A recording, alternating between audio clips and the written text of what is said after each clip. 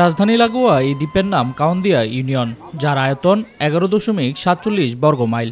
সাভার উপজেলার অন্তর্গত 23টি গ্রাম নিয়ে এই জনপদে কয়েক লাখ মানুষের বসবাস। তবে ইউনিয়নটিতে যাতায়াতে নেই কোনো স্থলপথ। দ্বীপবেষ্টিত গ্রামে যাওয়ার একমাত্র বাহন নৌকা।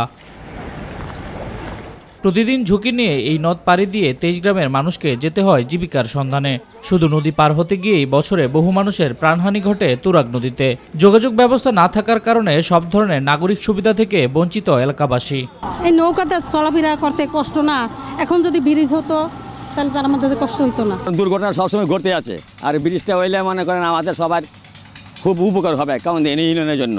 একটা প্রেগনেন্ট রুগী হোক বা যে কোনো রুগী হোক, ওটা হসপিটালে পৌঁছা যায় না, যাতায়াত পথে গেতে গেতে রাস্তার মধ্যে মারা যায়। কয়েক দফা উদ্যোগ নেওয়ার পরও তৈরি হয়নি কাঙ্ক্ষিত সেতু। তবে এবার দ্বীপবাসীর স্বপ্ন পূরণ হওয়ার পথে। আগামী 25 জুলাই তুরাগ নদীতে সেতুর ভিত্তিপ্রস্তর স্থাপন করা হবে। এ নিয়ে দ্বীপবাসীর মাঝে উৎসবের আমেজ বইছে। এমপি উনি আমাদেরকে আশ্বাস দিছে 25 তারিখে আমাদের এখানে ব্রিজ উদ্বোধন করবে সে। এটা কাউন্দিয়ার প্রাণের দাবি ছিল, মাননীয় সংসদ এই দাবি আমাদের পূরণ করবে ইনশাল্লাহ। ব্রিজের ব্যাপারে আমাদের খুবই উপকার হইব। আমাকে এমপি সাহেব বইলা গেছে 25 তারিখে উদ্বোধন করব।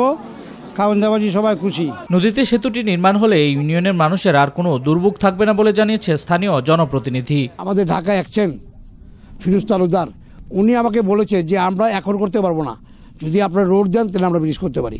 আমি জনগণকে বুঝিয়ে পাশে 60 ফিট লম্বা অন্তত কয়েক কিলোমিটার রাস্তা আমি ব্যবস্থা করে দিয়েছি বলেই আজকে ব্রিজ টেন্ডার হয়েছে, ব্রিজের উদ্বোধন হতে যাচ্ছে। শামস তাবরিজ উচ্ছ্বাস, মাই টিভি নিউজ ডেস্ক।